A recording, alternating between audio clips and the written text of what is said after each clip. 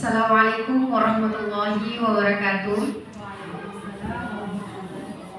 Alhamdulillah, pada hari ini Senin 10 Juni 2024 kita berkumpul di ruangan refleksi komunitas belajar Sanikaya SDN Siniu, Kecamatan Siniu, Kabupaten Parigi Motong dalam keadaan sehat walafiat. Puji syukur kita aturkan atas kehadirat Allah Subhanahu wa Ta'ala yang telah mengumpulkan kita dalam rangka diseminasi guru penggerak SDN Negeri Siniu. Selawat beserta salam atas baginda Nabiullah Nabi Muhammad sallallahu alaihi wasallam. Baiklah Bapak Ibu, marilah kita membuka acara ini dengan mengucapkan basmalah. Bismillahirrahmanirrahim. Acara selanjutnya yaitu sambutan dari Ibu Kepala Sekolah SD Negeri Siniu kepada yang terhormat Ibu Gamar Latundo SS, disilahkan.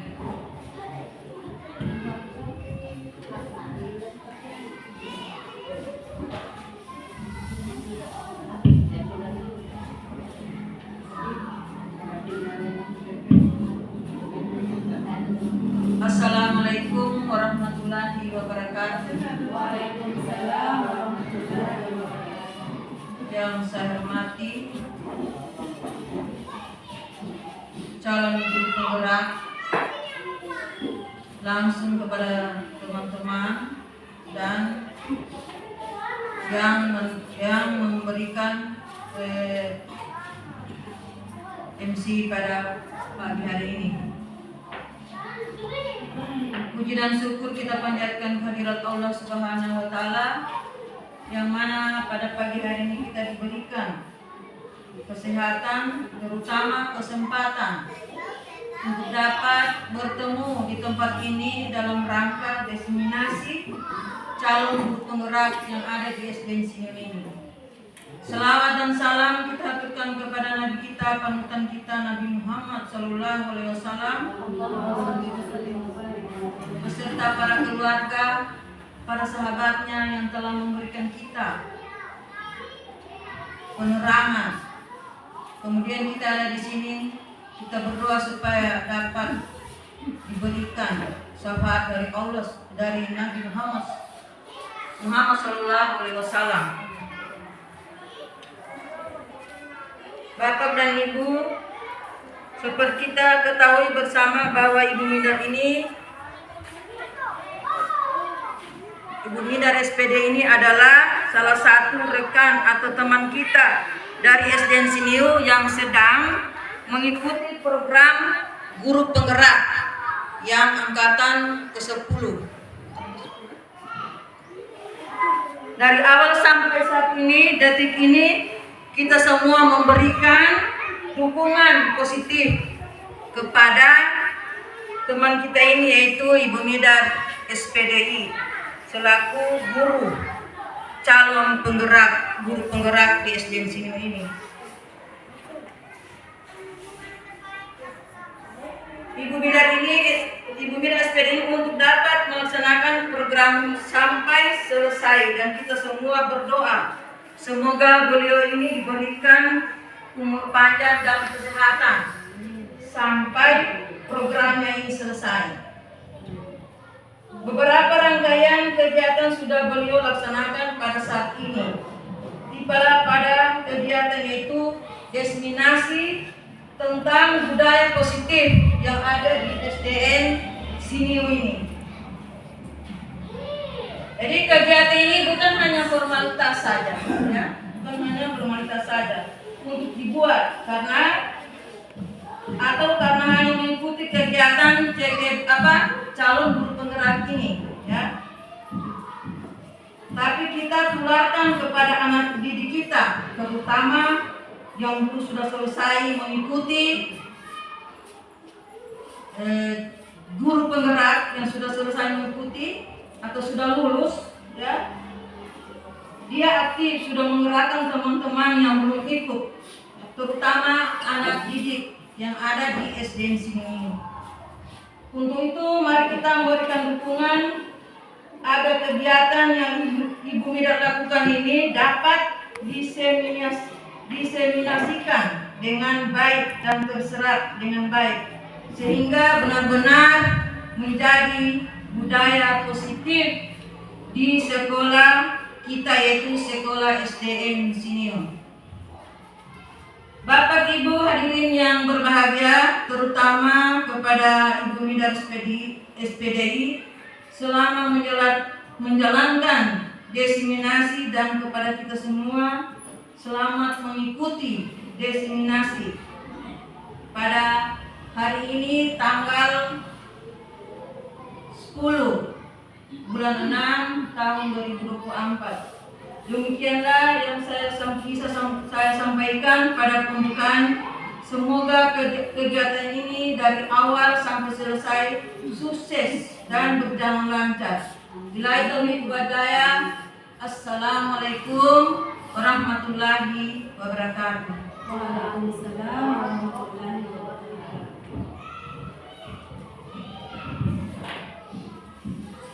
Baiklah, itu sambutan dari Ibu Kepala Sekolah. Terima kasih Ibu atas sambutannya. Acara selanjutnya yaitu diseminasi modul 1.4 calon guru penggerak SD Negeri Sinio angkatan ke-10 Kabupaten Parigi Motong yang akan dipaparkan oleh Ibu Midar SPDI. Kepada Ibu, silakan.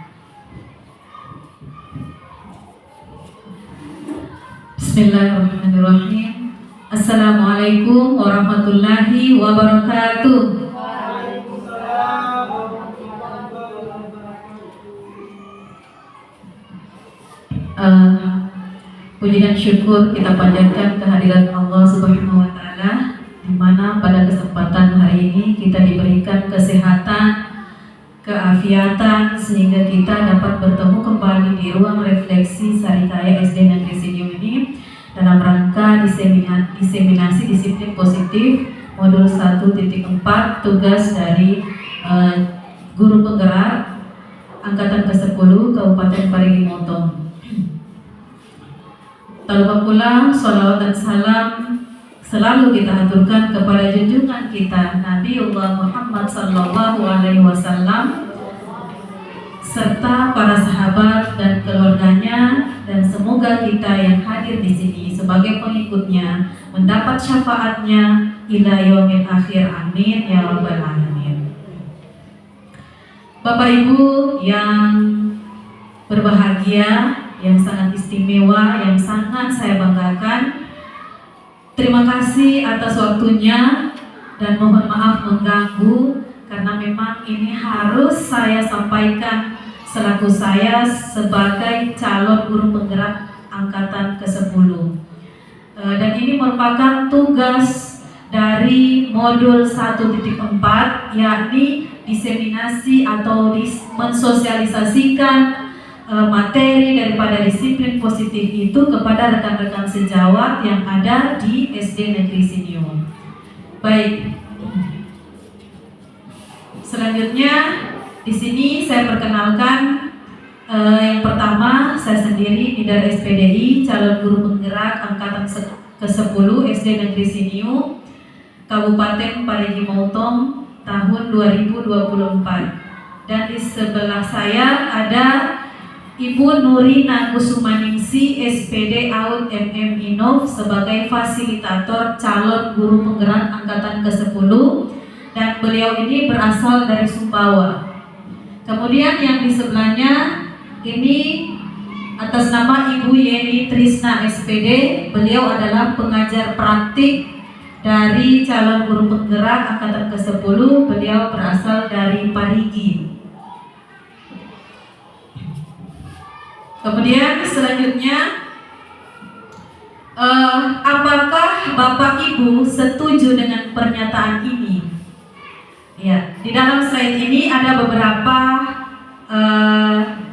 pertanyaan kepada Bapak Ibu. Yang pertama, hukuman dapat mendisiplinkan anak.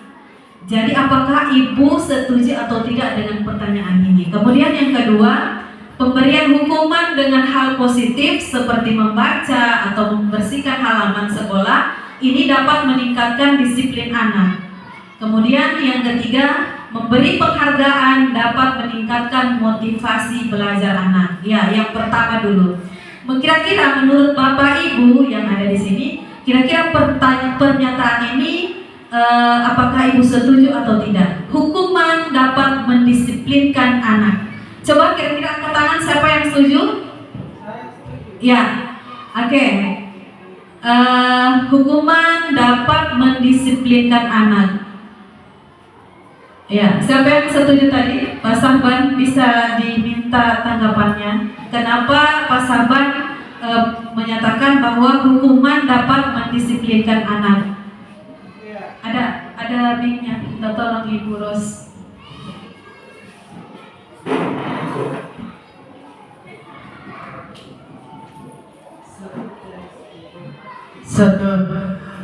Terima kasih. Assalamualaikum warahmatullahi wabarakatuh. Waalaikumsalam warahmatullahi wabarakatuh. Di sini rekan kita Pemilihan Spedis dapat presentasikan tentang destinasi atau ini di modul 1.4. Iya. Iya, modul 1.4. Di sini ada pertanyaan, apakah Bapak Ibu setuju dengan pernyataan ini? Hukuman dapat mendisiplinkan anak. Di sini kalau kita melihat atau berbicara tentang persoalan yang ada di sekolah, pertama-tama untuk mewujudkan budaya positif, kita harus mewujudkan budaya positif. Tentu peran guru kelas itu membuat suatu kesepakatan bersama siswa untuk mewujudkan visi dan tujuan bersama dalam belajar. Itu persoalannya. Adapun hukuman dapat mendisiplinkan anak itu tergantung dari setiap individu atau person. Seperti apa kita memberikan hukuman kepada siswa, karena sekarang ini tidak ada hukuman yang berupa kekerasan atau apa. Tetapi hukuman yang dapat mendisiplinkan anak itu tertuang di dalam budaya positif yang 1.1. Contohnya seperti ini. Di situ sudah diberikan contoh membaca atau bersihkan halaman. Itu sebenarnya hukuman yang sangat-sangat bagus untuk mendisiplinkan anak. Umpamanya dia terlambat sekolah, kita berikan hukuman. Tetapi hukuman yang seperti apa? Hukuman yang positif, bukan yang negatif. Hukuman yang positif seperti contohnya dapat memberikan dia sebuah contoh kecil ya di dalam kelas menyanyi, hukuman menyanyi, membaca puisi, ataupun melakukan sesuatu yang bernuansa pendidikan. Kita berikan hukuman kedisiplinan dia, menyanyi di depan teman-temannya. Di samping itu juga memberikan motivasi bahwa semangat jiwa belajar siswa itu ada. Berarti Pak Guru berikan hukuman kepada saya dengan cara menyanyi, membaca puisi, drama sebabrak. Itu hukuman yang sangat mendisiplinkan anak. Jadi otomatis karena kuncinya kita sebagai guru adalah manajer. Kita sebagai manajer, makanya sebagai guru kita itu harus menciptakan restitusi. Ya, restitusi itu maksudnya adalah Bapak Ibu mencari solusi dari permasalahan pembelajaran yang kita ciptakan pada saat itu, atau menyuruh siswa itu bertanggung jawab atas permasalahannya. Itu sepertinya. Jadi terima kasih Bu Ida, seperti itu yang dapat saya sampaikan. Wassalamualaikum warahmatullahi wabarakatuh. Waalaikumsalam warahmatullahi wabarakatuh. Terima kasih Pak Sahabat atas komentarnya, atas tanggapannya. Kemudian kita ke nomor 2. Apakah Bapak Ibu setuju bahwa pemberian hukuman dengan hal positif seperti membaca atau membersihkan halaman sekolah itu dapat meningkatkan disiplin anak? Kira-kira apakah Bapak Ibu setuju? Angkat tangan yang setuju. Ya, angkat tangan yang setuju bahwa pemberian hukuman dengan hal yang positif seperti membaca itu bisa dikatakan mendisiplinkan anak. Ya, Bapak Ibu setuju? Oke. Kemudian yang ketiga, apakah Bapak Ibu setuju dengan memberi penghargaan itu dapat meningkatkan motivasi anak? Ya, bagaimana Bapak Ibu? Ya, bisa diminta tanggapannya atau komentarnya? Ibu Rosma. Ya, apakah memberikan penghargaan dapat meningkatkan motivasi belajar anak? Iya. Siapa yang setuju angkat tangan? Iya, Ibu Sarni minta tolong. Kenapa Ibu Sarni menyatakan bahwa Ibu setuju bahwa memberikan penghargaan itu dapat meningkatkan motivasi belajar anak?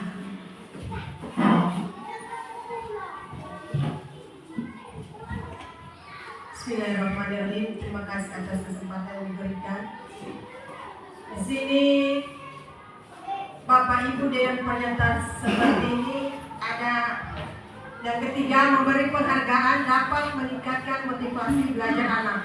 Menurut saya penghargaan dapat meningkatkan motivasi anak itu seperti anak terlambat datang ke sekolah. Kita memberikan motivasi itu dengan contoh, bagus, kamu sudah datang ke sekolah, tetapi besok-besok tidak boleh terlambat lagi. Dan teman-temannya itu bisa termotivasi, oh, saya tidak bisa terlambat besok saya tidak terlambat lagi. Atau motivasi lain seperti dia terlambat datang ke kelas setelah teman-temannya sudah belajar, kita berikan motivasi seperti membaca. Kita berikan dia membaca sebentar atau 5 menit. Dengan itu dia termotivasi, tidak terlambat lagi. Kalau saya besok terlambat, saya disuruh ibu guru lagi membaca. Kalau besok lagi saya terlambat, saya disuruh lagi atau menyanyi. Jadi anak-anak itu dia muncul suatu, oh saya tidak bisa lagi terlambat untuk esok harinya. Temannya itu bisa melihat anak tersebut, oh teman saya terlambat, dia disuruh main, saya malu, jadi besok saya tidak bisa lagi terlambat. Mungkin seperti itu. Terima kasih. Ya. Terima kasih Ibu Sarni. Baik, terima kasih semua Bapak Ibu. Di sini kita bisa melihat, ya Bapak Ibu, apakah semuanya ini sudah sesuai dengan filosofi Ki Hajar Dewantara? Nah, yang mengedepankan siswa itu sesuai dengan kodrat alam dan kodrat zaman. Oke, nanti kita lihat sebentar di akhir dari pernyataan-pernyataan kita yang ini. Kemudian selanjutnya, di sini kita bermain ya Bapak Ibu. Apa yang akan terjadi kita jika sebentar kita bermain ini? Di sini perubahan paradigma. Ada tangan A dan B, berarti 2 orang guru berpasangan. Anda dan teman Anda, misalnya Ibu Sarni dan Ibu Rosmatoanca. Kemudian Ibu Diana dan Ibu Nirma. Jadi berpasangan. Tugasnya adalah sobeklah selembar kertas kecil.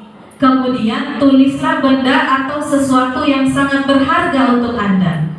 Letakkan di salah satu tangan Anda dan genggam benda tersebut dengan sekuat tenaga.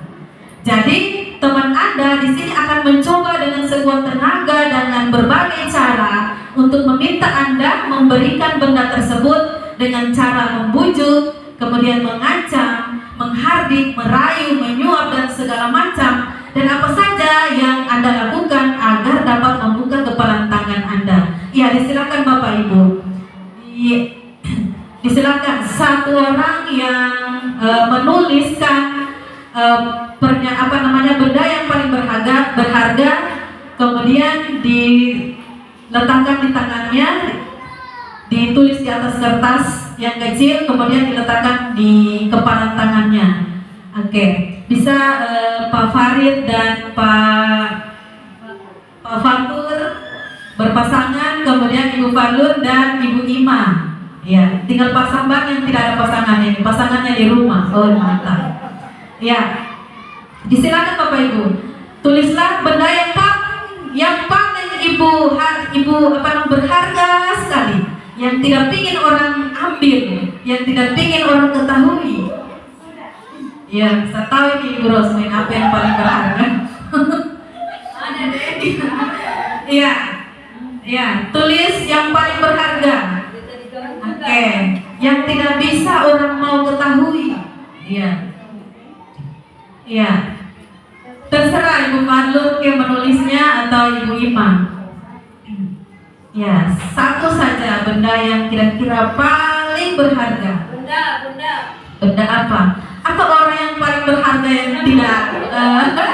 Jangan sampai orang tahu, jangan sampai orang ambil.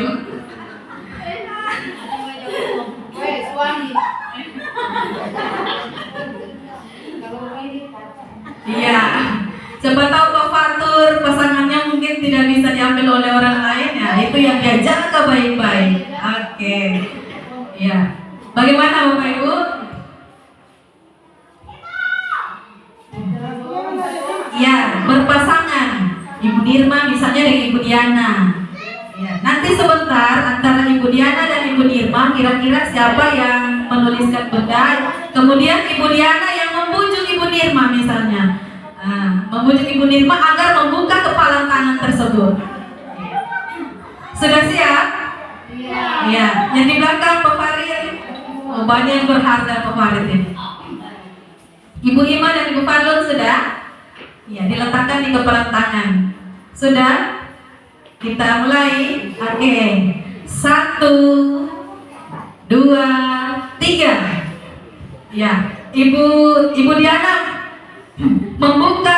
membujuk atau mengancam atau menghati, silahkan. Iya, bukan iya, iya, iya, iya, iya, atau membujuk atau menghardik atau mengancam agar supaya dia membuka kepala tangan teman tersebut. Iya, iya, oke. Dengan sekuat tenaga, karena itu barang yang berharga yang Ibu, ya, oke, ya, terserah Ibu, apakah mau berikan atau tidak, terserah dari Ibu, ya, ya, terserah dari Ibu, apakah dia mau membuka tangannya atau tidak, atau mempertahankan atau bagaimana. Oke, iya, oke, terima kasih Bapak Ibu. Oke,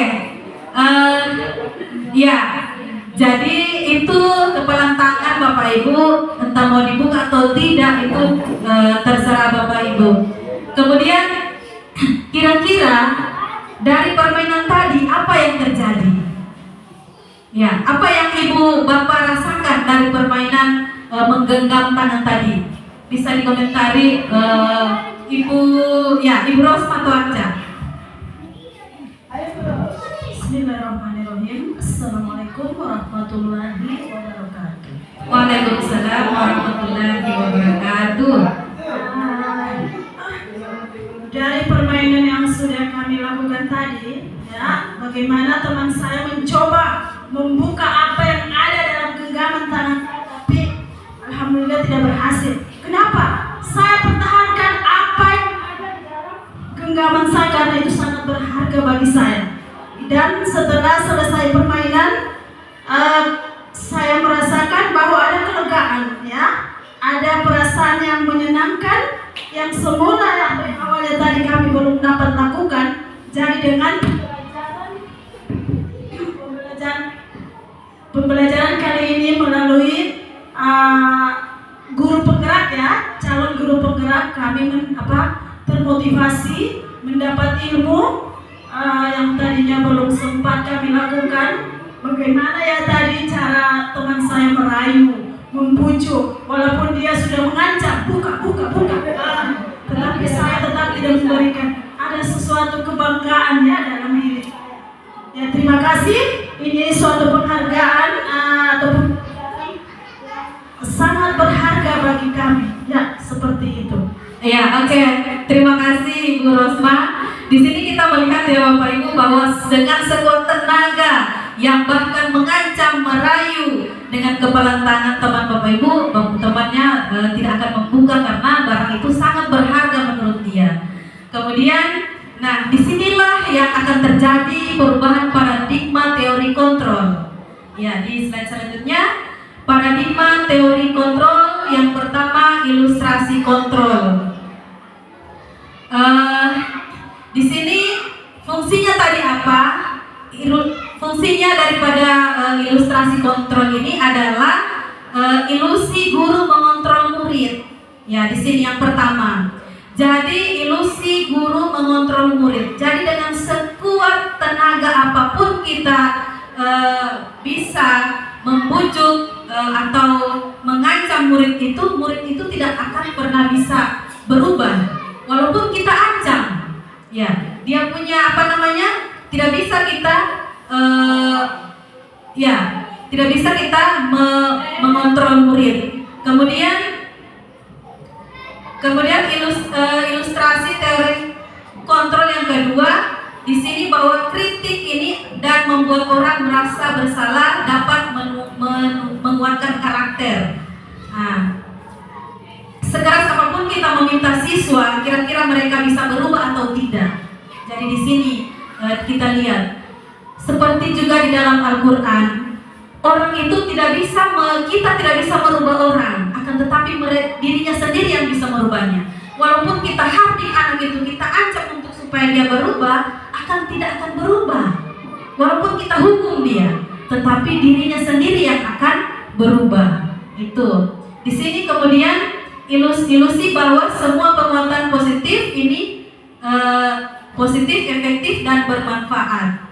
Ya, kemudian ilusi bahwa orang dewasa itu memiliki hak untuk memaksa. Jadi kita mempunyai ilusi kepada anak, kita berhak memaksa anak, padahal tidak. Ya, karena kita mungkin sebagai seorang guru, sebagai orang yang dewasa, kita berhak memaksa anak itu untuk berubah, tidak bisa. Walaupun orang tuanya sendiri.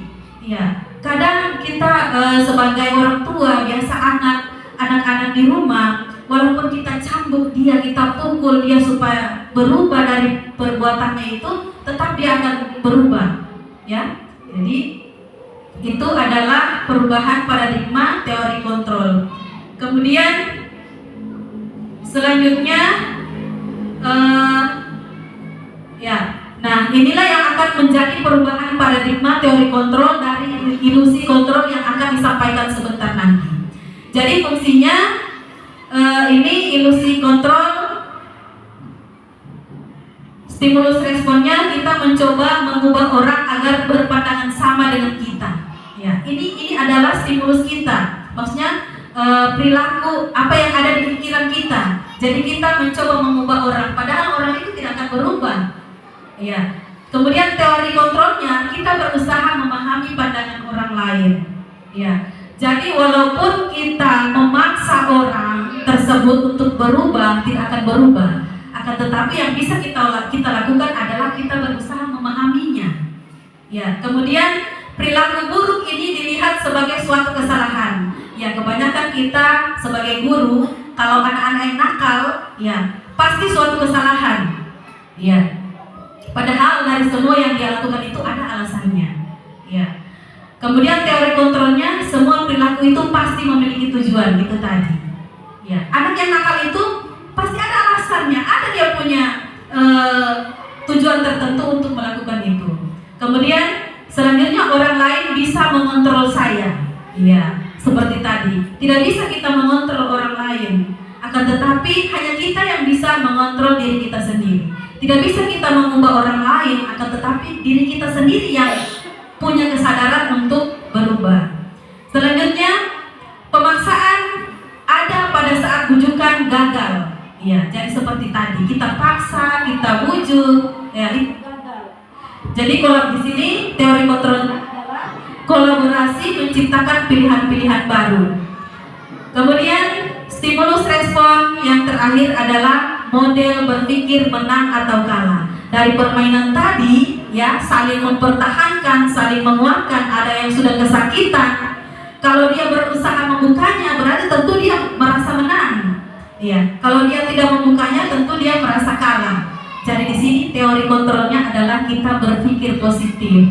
Walaupun dia tidak berikan, kita berpikir, oh, dia tidak berikan karena itu yang barang paling berharga buat dia. Tetapi kalau kita berpikir negatif, saya harus apa ya? Penasaran begitu, jadi tidak boleh. kita berpikir positif kepada orang. Jadi kita sebagai manusia itu kalau supaya ini kan penyakit ini dari pikiran kita. Kalau pikiran kita selalu positif, ya insya Allah kita selalu sehat jasmani, sehat rohani dan sebagainya. Ya, selanjutnya di sini apa itu disiplin positif? Kira-kira dari Bapak Ibu apa yang terbenak dari Bapak Ibu terkait dengan disiplin positif? Ya, disilakan Bapak Ibu. Apa itu disiplin positif? Ya, silakan Pak Miftah barangkali. Disiplin positif itu seperti apa? Tapi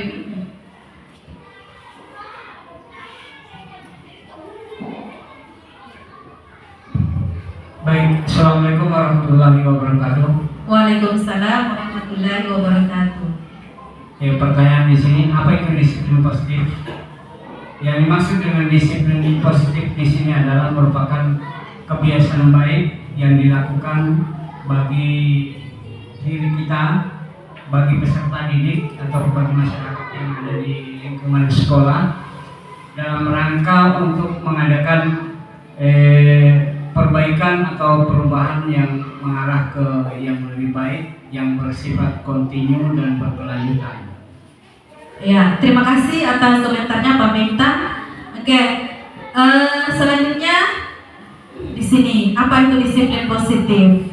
Disiplin positif kita ketahui bahwa ini adalah nilai-nilai keyakinan dari kebiasaan-kebiasaan di sekolah yang berpihak kepada murid, kemudian dapat berkembang menjadi pribadi yang kritis, penuh hormat dan bertanggung jawab. Jadi di sini ini sangat mudah kita lakukan. Dia punya materi sangat mudah tapi sangat sulit untuk kita lakukan. Jadi di sini saya sebagai calon penggerak juga ini merupakan tamparan buat saya karena selama ini saya berpikir yang penting saya melihat siswa itu pintar atau tidak. Jadi di sini karena yang ingin kita nilai itu hanya selembar kertas saja, selembar pengetahuan saja. Padahal budaya positif itu adalah nilai-nilai universal sesuai dengan profil pelajar Pancasila. Kemudian disiplin positif. Di sini disiplin positif merupakan suatu cara penerapan disiplin tanpa kekerasan dan ancaman yang dalam praktiknya melibatkan perilaku komunikatif efektif antara guru dan murid.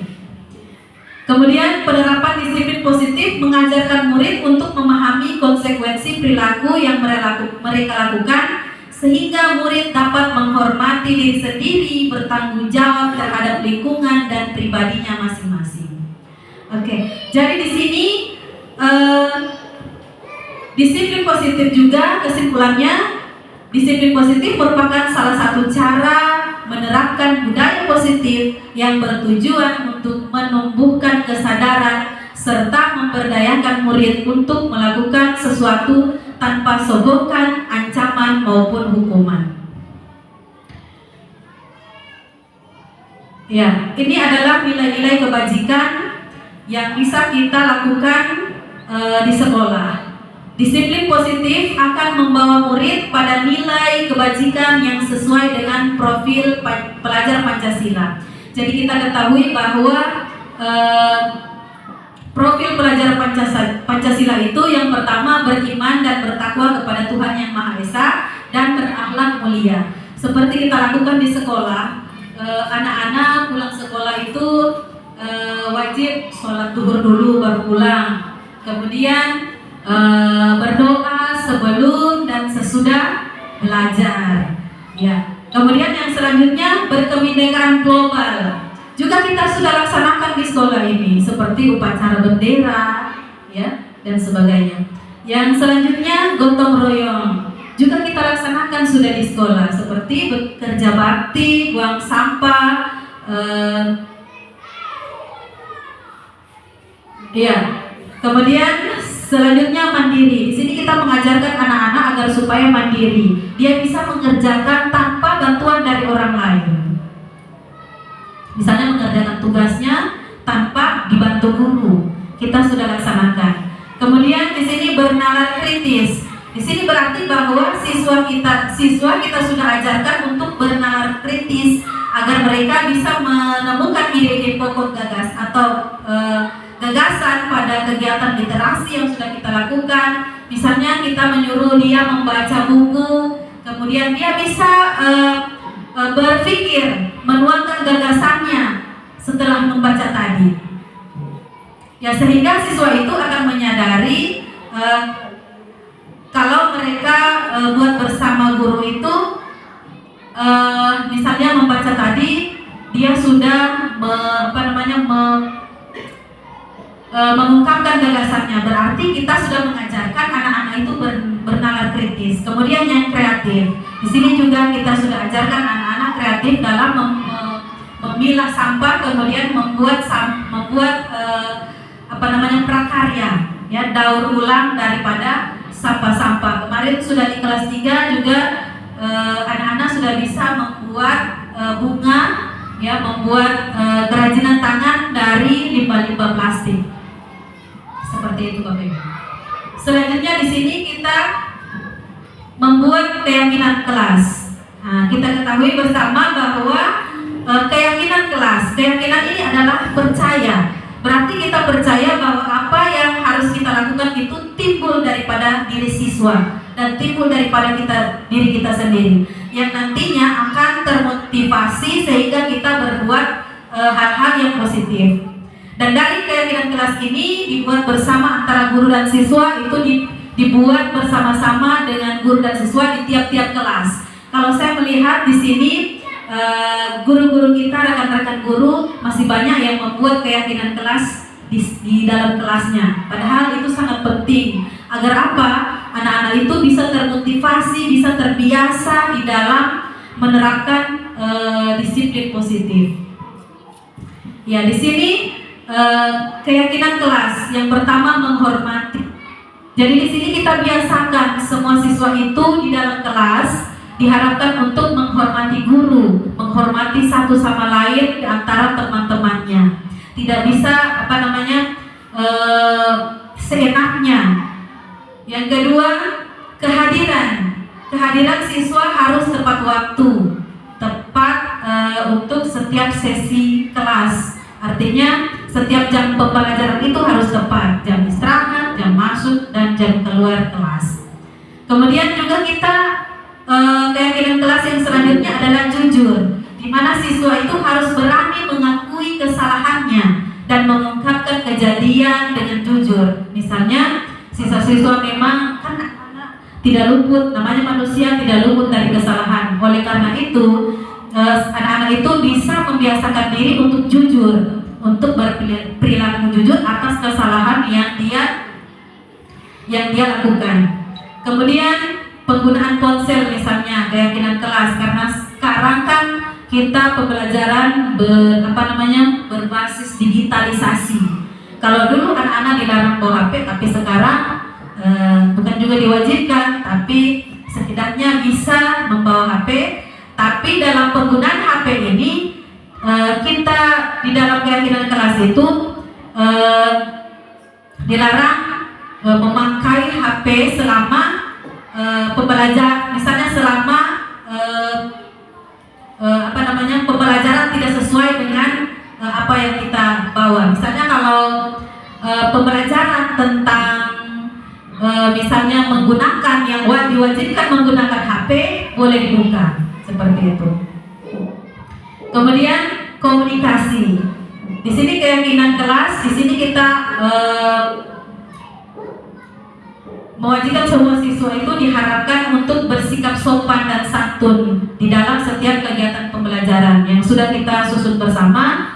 Di dalam kelas itu 5S, kemudian sopan, senyum, salam, sapa, itu dan santun. Itu adalah bentuk-bentuk keyakinan kelas. Selanjutnya di sini ada 5 kebutuhan dasar manusia. Dari keyakinan tersebut, kita sebagai manusia ini memiliki 5 kebutuhan dasar. Kebutuhan dasar manusia ini adalah merupakan unsur-unsur yang dibutuhkan oleh manusia dalam menjaga keseimbangan baik secara fisiologis maupun psikologis.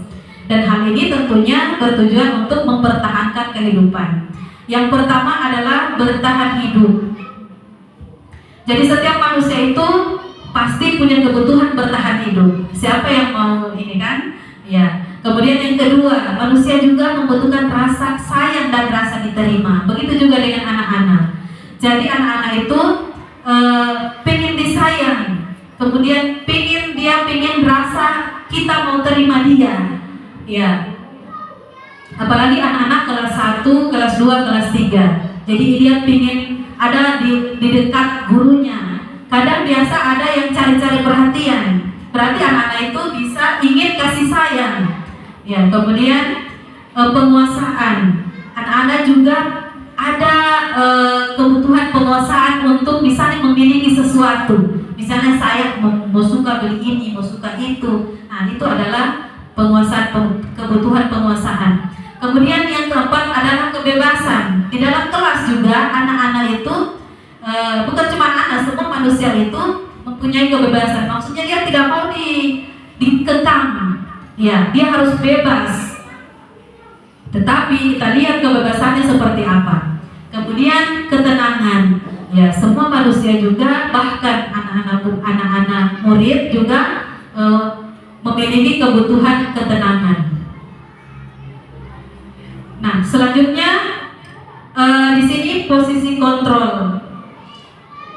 Posisi kontrol kita sebagai guru adalah penghukum, kemudian pembuat rasa bersalah, kemudian sebagai teman, sebagai pemantau, atau sebagai manajer. Jadi di sini posisi kontrol Bapak Ibu, kira-kira di mana Bapak Ibu berada? Kira-kira Bapak Ibu berada di mana? Apakah posisi kontrol penghukum, pembuat rasa bersalah, teman, pemantau, atau manajer? Iya. Ya. Di mana kira-kira posisinya Bapak Ibu sekarang? Sekarang ini. Oke. Ya, di sini ada 5 posisi kontrol. Yang pertama posisi kontrol menghukum. Jadi di sini yang paling tingkat tinggi adalah manajer. Kadang-kadang kita tidak sadari bahwa posisi kita juga ada di posisi penghukum. Contoh, anak-anak terlambat kan? Anak-anak terlambat. Kita tidak menanyakan dulu apa alasannya, tetapi kita yang lambat cuci WC, yang lambat buang rumput. Padahal itu namanya kita posisi sebagai penghukum. Ya, kita tidak mengetahui apa alasannya sehingga dia lambat. Itu adalah posisi penghukum. Kemudian pembuat rasa bersalah. Contohnya seperti ini. Kalau ada anak-anak yang melakukan sesuatu kesalahan, misalnya kita buat begini, kamu ini sudah lambat lagi, coba nanti ibu dimarah kepala sekolah, nanti ibu ditegur. Jadi dia merasa bersalah karena kita mengungkapkan kata-kata seperti itu. Ya, itu adalah posisi pembuat bersalah. Juga ada sama saya, posisi penghukum juga saya sadari ada juga sama saya. Ya, dan mungkin Bapak Ibu guru semua ada di posisi itu. Kemudian kita sebagai guru juga ada di posisi teman. Ya, bagaimana kita memposisikan anak-anak itu sebagai teman. Kita berteman, tetapi di posisi negatifnya, kalau kita posisikan anak-anak itu sebagai teman, dia akan ketergantungan. Misalnya kita sudah bantu dia, ya, kita sudah bantu. Pada saat kita tidak bantu, dia sudah benci sama kita kan? Karena sama-sama teman. Ya, dia tidak hargai kita. Ya, saya juga kadang seperti itu, Bapak Ibu. Ya, saya posisikan sebagai teman. Terakhir dia kayak bagaimana? Ya, kalau saat kita tidak, ibu tidak berteman le. Nah, itu.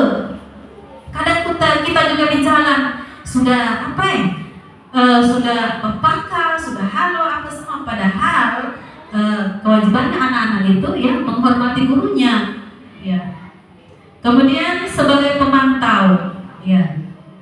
Di sini posisi sebagai pemantau kita melihat anak-anak itu misalnya berbuat kesalahan, tunggu saya tulis kamu, saya catat, saya nilai nanti, nilai nanti itu posisi pemantau. Ya, juga ada pada diri saya Bapak Ibu. Ya. Kemudian di sini posisi manajer. Posisi manajer ini adalah posisi di mana guru itu jika melihat anak-anak yang berbuat kesalahan, kita menanyakan terlebih dahulu apa alasannya. Tidak menutup kemungkinan anak-anak yang lambat itu dia misalnya ada saja dia punya kendala-kendala di jalan, misalnya bocor ban atau bapak ibunya ada tamu sampai bapak ibunya tidak sempat mengantar. Kemudian ada juga pengalaman saya waktu tahun lalu, memang itu anak sering lambat. Nah, jadi saya tidak menghukum, saya tanya alasannya, kenapa kau lambat? Alasannya, saya lambat Bu karena saya tiap hari itu sholat subuh di masjid. Akhirnya saya tidur kembali, akhirnya saya ketiduran, makanya saya lambat. Ya, saya maklumi. Ya, itu.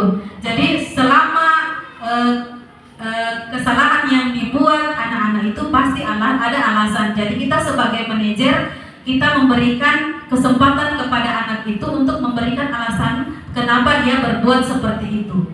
Kemudian kita menanyakan kembali apakah bisa dia seperti yang dikatakan dengan Ibu Sardi tadi, apakah dia bisa berubah atau tidak? Ya, di sini selanjutnya adalah segitiga restitusi.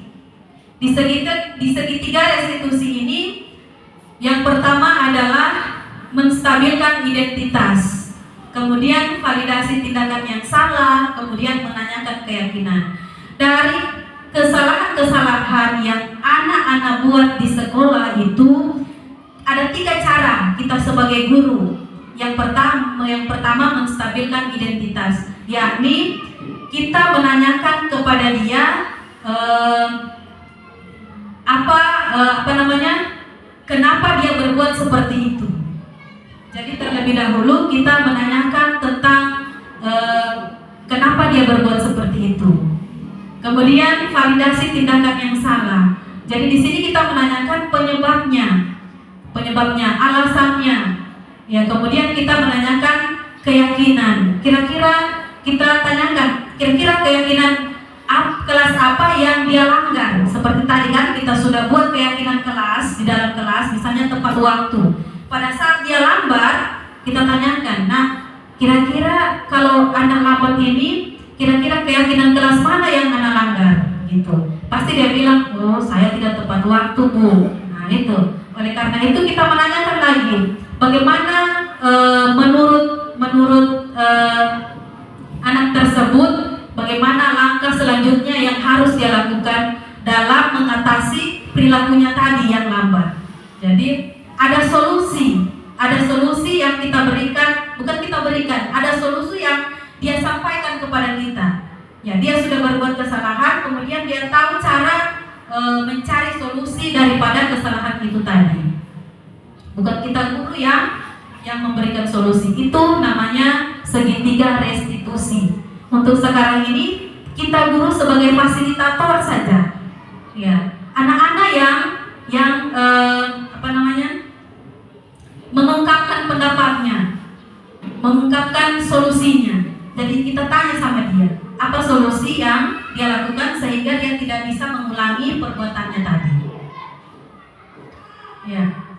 Selanjutnya ini tadi berdasarkan prinsip pembuat kesalahan, menstabilkan identitas. Ya, tadi sudah seperti saya jelaskan bahwa berdasarkan prinsip membuat kesalahan ini adalah bagian dari proses pembelajaran. Jadi di sini guru berkata, berbuat salah itu wajar. Jadi kita sampaikan sama anak-anak, kalau dia berbuat kesalahan, memang berbuat kesalahan itu semua manusia pasti mempunyai kesalahan. Ibu guru juga punya kesalahan. Jadi bagaimana kesalahan itu bisa kita rubah? Tidak ada manusia yang tidak berbuat salah, Bapak Ibu. Iya. Kalau nanti mungkin malaikat kalau tidak berbuat salah, pasti ada kehilafannya. Begitu juga anak-anak.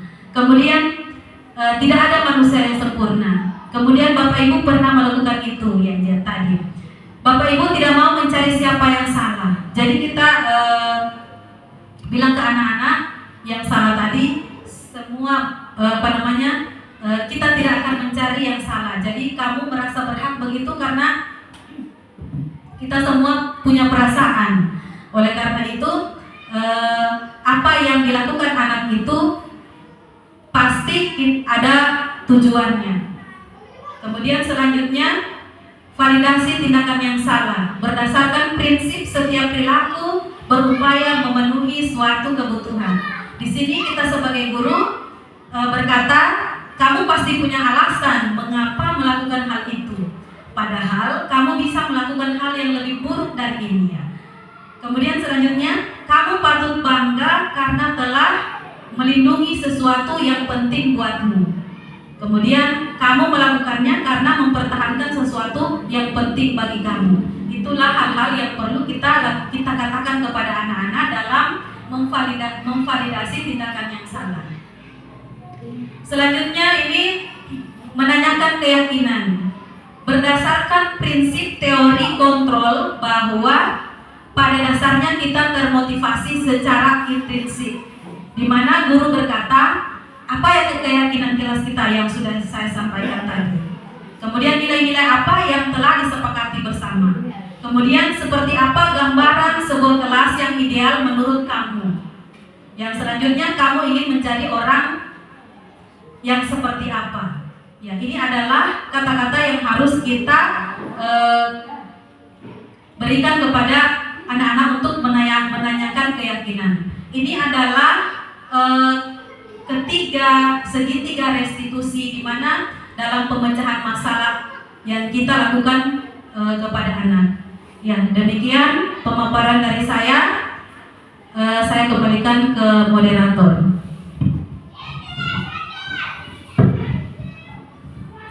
Baik, Bapak dan Ibu, setelah kita saksikan bersama-sama pemaparan dari calon guru penggerak angkatan 10 Ibu Mida SPDI, sekarang saya persilakan kepada Bapak dan Ibu untuk mengajukan pertanyaan.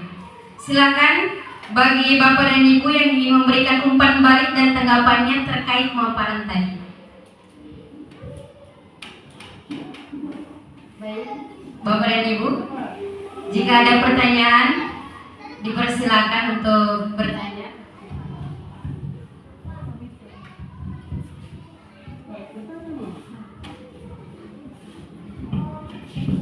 Assalamualaikum warahmatullahi wabarakatuh. Setelah mendengarkan pemaparan dari CGP Ibu Mida SPDI, ada beberapa hal yang menjadi ganjalan berkaitan dengan penanaman budaya disiplin positif. Ya, karena kita ketahui bahwa di lapangan kenyataan bahwa berbagai macam karakter yang dibentuk di masyarakat itu lebih kuat daripada kita akan membentuk atau berusaha untuk membentuk sesuatu karakter yang diinginkan oleh tujuan pendidikan nasional. Di antaranya adalah bagaimana cara kita menanamkan budaya positif, ya, sekiranya yang kurang memperoleh dukungan dari lingkungan tempat tinggal kita ya. Di sisi lain kita membentuk karakter anak, mengarahkan anak ke arah positif yang sesuai diinginkan oleh tujuan pendidikan, tetapi lingkungan kita ini justru membentuk sesuatu yang bertentangan dengan keberadaan tujuan pendidikan kita. Demikian. Ya, saya jawab dulu Pak Sampan. Ya, di sini terima kasih atas pertanyaannya. Bagaimana kita membentuk disiplin positif yang kita lakukan sebagai guru dalam membentuk disiplin positif di sekolah. Yang pertama adalah kita menjadi teladan dulu yang baik bagi anak-anak, memberikan contoh kepada anak-anak. Kita berbuat positif. Ketika kita selalu melakukan hal-hal yang positif, otomatis anak-anak itu akan melihat. Karena kebanyakan anak-anak itu meniru daripada apa yang dilakukan oleh orang dewasa. Kalau orang dewasa tersebut melakukan hal-hal yang positif, otomatis anak-anak akan terbiasa. Begitu juga di rumah oleh orang tua. Kita di sekolah, jam kita terbatas, dan di rumah adalah jam paling banyak yang ada di orang tua. Oleh karena itu kita selalu berkolaborasi juga dengan orang tua. Kita misalnya ada anak-anak yang nakal di sekolah, kita tidak bisa membentuk karakternya, kita tidak bisa menegur dia untuk memperbaikinya. Kita harus berkolaborasi dengan orang tua siswa agar bagaimana cara merubah anak-anak tersebut, memperlihatkan contoh teladan yang baik kepada anak tersebut. Kemudian di sekolah juga kita membuat peraturan yang jelas, seperti tadi keyakinan kelas. Kalau anak-anak itu bersikap sopan, otomatis kita pampang di dinding itu untuk keyakinan kelas. Kalau dulu peraturan kelas, sekarang keyakinan kelas. Kita pampang di dinding. Setiap kali dia membaca hal-hal yang positif, insya Allah dia akan lakukan. Kemudian bersikap konsisten. Ya, kalau jangan hari ini berbuat berbuat positif, besok tidak. Jadi selalu konsisten. Kemudian bersikap tegas kepada anak. Ya, terima kasih jawabannya Pak Miftah.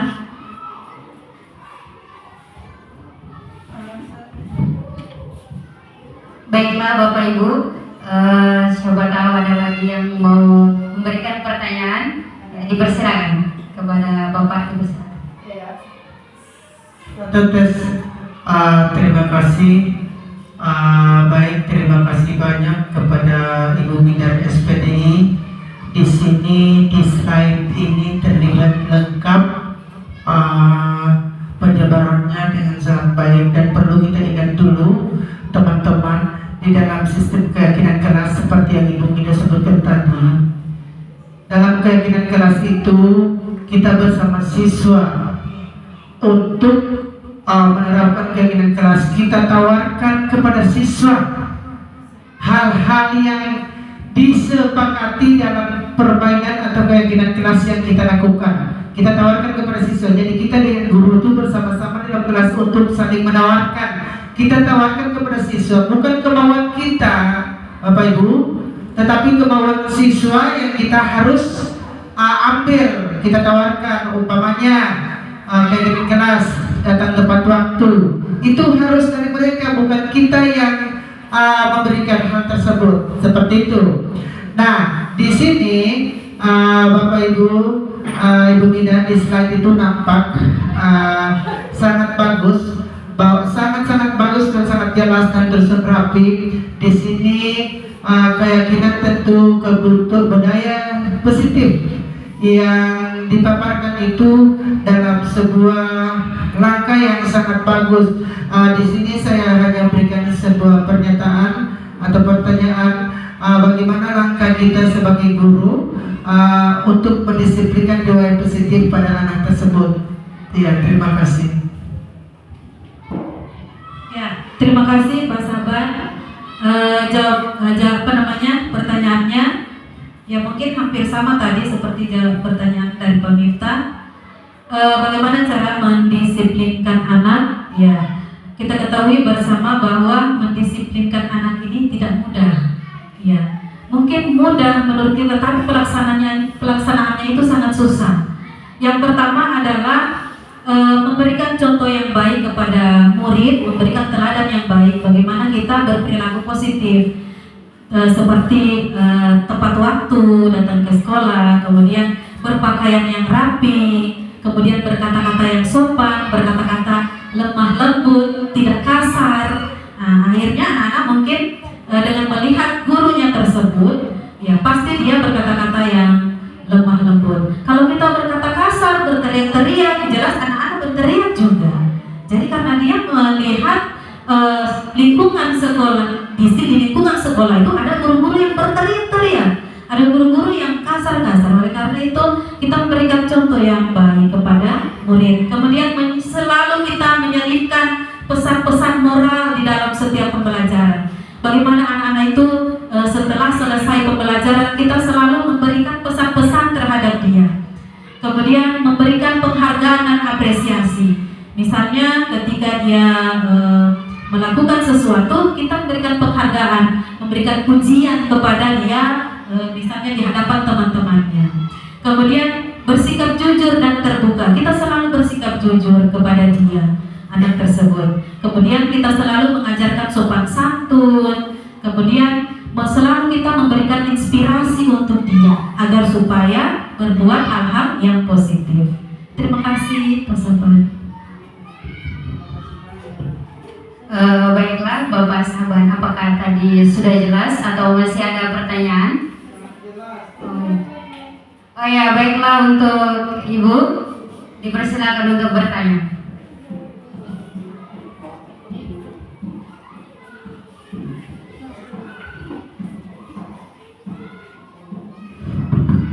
Assalamualaikum warahmatullahi wabarakatuh. Waalaikumsalam warahmatullahi wabarakatuh. Yang terkait yang sudah dipaparkan tadi mengenai membudayakan hal-hal positif. Nah, sekarang kita ketahui ya bahwa di sekolah ini ketika kita mendisiplinkan anak-anak dengan budaya positif, tentunya kita bukan hanya berkolaborasi dengan guru-guru yang ada di sekolah. Tentunya kita juga mengambil suatu inisiatif bahwa kita harus melibatkan peran kedua orang tua atau wali murid setiap peserta yang ada di sekolah kita. Nah, pertanyaan saya, bagaimana cara kita memberikan budaya positif kepada anak didik kita dengan memberikan pemahaman jika ada salah satu dari wali murid kita yang kurang mendapat perhatian dari anak didik tadi yang kurang mendapat perhatian dari orang tuanya. Nah, seperti itu. Ya, terima kasih Bu Rosma atas pertanyaannya. Di sini kita sebagai guru juga bangga terhadap anak-anak yang mempunyai perilaku yang baik, yang mempunyai perilaku yang positif. Oleh karena itu, bagaimana kita guru menerapkan disiplin positif itu kepada anak? Ada beberapa cara, ada beberapa tips yang saya sampaikan di sini. Yang pertama, kita sebagai wali kelas bisa dengan cara membuat jurnal disiplin positif kepada anak, membuat buku berupa tabel, kemudian kita buat seperti mencentang misalnya perilaku anak-anak yang di rumah. Ya, kalau di sekolah kita bisa mengontrol anak-anak kita, tetapi kalau di rumah kita tidak bisa mengontrol anak-anak didik kita. Oleh karena itu, yang pertama memberikan pendekatan kepada anak tadi. Ya, anak tadi kan menurut Ibu Rosma kurang mendapat kasih sayang dari orang tuanya atau kurang mendapat perhatian dari orang tuanya. Oleh karena itu, kita sebagai guru di sini melakukan pendekatan kepada anak tersebut, kemudian melakukan komunikasi yang baik. Kalau bahasanya kita di sini diondo-ondo, ya tidak berlaku kasar. Karena pengalaman saya kemarin ada anak-anak yang nakal, saya berusaha untuk berbuat keras, tetapi tidak berhasil. Akan tetapi ketika saya melakukan pendekatan kepada anak tersebut, alhamdulillah anak itu tidak berbuat itu lagi. Kemudian ini pengalaman pribadi saya yang ingin saya sampaikan kepada Bapak Ibu. Ketika anak-anak sudah beranjak di masa puberitas, otomatis anak-anak itu sudah bisa dikatakan melawan orang tua, sudah tidak mendengarkan orang tua lagi. Lebih dia percaya teman daripada orang tua. Oleh karena itu, alhamdulillah dengan mengatasi hal itu, anak saya sendiri, saya melakukannya dengan segitiga restitusi. Saya lakukan pendekatan bukan dengan cara kekerasan. Saya ajak bapaknya untuk melakukan segitiga restitusi ini, mulai dari menstabilkan identitas, kemudian memvalidasi tindakan yang salah, menanyakan keyakinan. Alhamdulillah berhasil. Mungkin belum sepenuhnya, tapi saya akan berusaha untuk bagaimana melakukannya hal ini di sekolah juga. Saya sudah terapkan di rumah dan insya Allah saya juga akan menerapkannya di sekolah. Dan mungkin ini bisa kita sosialisasikan kepada wali-wali murid. Bagaimana Bu Kepala Sekolah? Bisa ya di waktu-waktu tertentu bisa kita sosialisasikan kepada para orang tua wali murid sehingga dia bisa mengontrol anak-anaknya itu bukan dengan kekerasan. Karena rata-rata di sini saya mendengar anak-anak orang tua itu kasar dalam mendidik anaknya, kasar dalam membuat anaknya itu supaya berubah, ya, dengan kata-kata yang kasar. Oleh karena itu di sini memang yang betul-betul kita terapkan sebagai guru, baik sebagai guru di sekolah, baik sebagai orang tua di rumah adalah segitiga restitusi. Jadi saya ulangi, segitiga restitusi adalah yang pertama menstabilkan identitas, kemudian memvalidasi tindakan yang salah, dan menanyakan keyakinan. Terima kasih. Baiklah Ibu. Apakah tadi penjelasan sudah jelas? Jika belum jelas, Masih ada sedikit. oh ya, Boleh? silakan. Tadi sudah dipaparkan atau digambarkan mengenai bagaimana membudayakan positif pada anak didik melalui suatu apa tadi itu dibuat jurnal, ya. Taruhlah kita di sekolah sebagai seorang pembimbing, ya. Kita sudah memberikan berbagai cara kepada anak didik tadi, tetapi ketika di lapangan dan kenyataannya pada saat anak tersebut memberikan sesuatu itu kepada orang tuanya, namun tanggapan orang tua itu kayak negatif thinkingnya.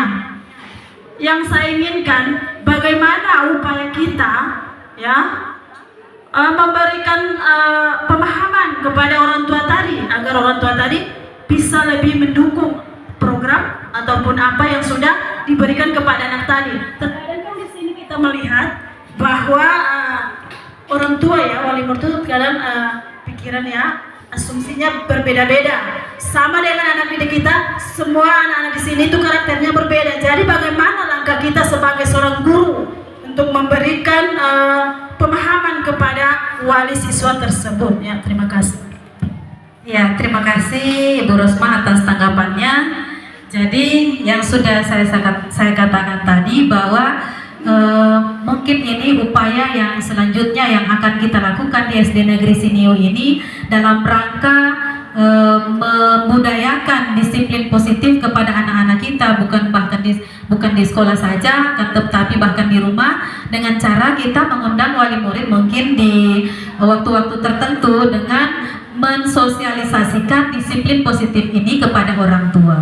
Dan semoga dengan kita mensosialisasikan ini disiplin positif kepada orang tua, mungkin orang tua mendapat pemahaman. Mungkin yang tadinya dia melakukan seperti itu karena dia belum tahu cara bagaimana menghadapi anak-anak yang berbuat kesalahan. Jadi kita bisa memberikan sosialisasi, memberikan pemahaman kepada orang tua dengan cara tadi mengundang orang tua untuk datang di sekolah. Tetapi sebelum kita mengundang dan orang tua murid datang ke sekolah, yang pertama kita lakukan adalah pendekatan dulu dengan orang tua. Kemudian komunikasi yang baik dulu dengan orang tua. Kita lakukan dulu komunikasi, kita rancang dulu kapan, kemudian kita rancang kegiatannya bagaimana. Dan ini adalah mungkin kewajiban kita sebagai guru-guru yang ada di SD Negeri Siniu ini untuk memberikan pemahaman kepada orang tua murid di rumah. Terima kasih. Ya, baiklah Ibu Rosma, apakah masih ada tanggapan atas penjelasan tadi? Ya, saya rasa cukup sekian. Sebenarnya banyak sih, tapi karena waktu dan kemudian kita mengingat lampu juga pemadaman hari ini, ya. Terima kasih. Ya, baiklah Bapak Ibu, apakah masih ada tanggapan? Ya, kepada Ibu dipersilakan. Terima kasih. Assalamualaikum warahmatullahi wabarakatuh. Waalaikumsalam warahmatullahi wabarakatuh. Melalui pemaparan dari calon guru penggerak, kami banyak menyimak ilmu-ilmu yang belum terkafir.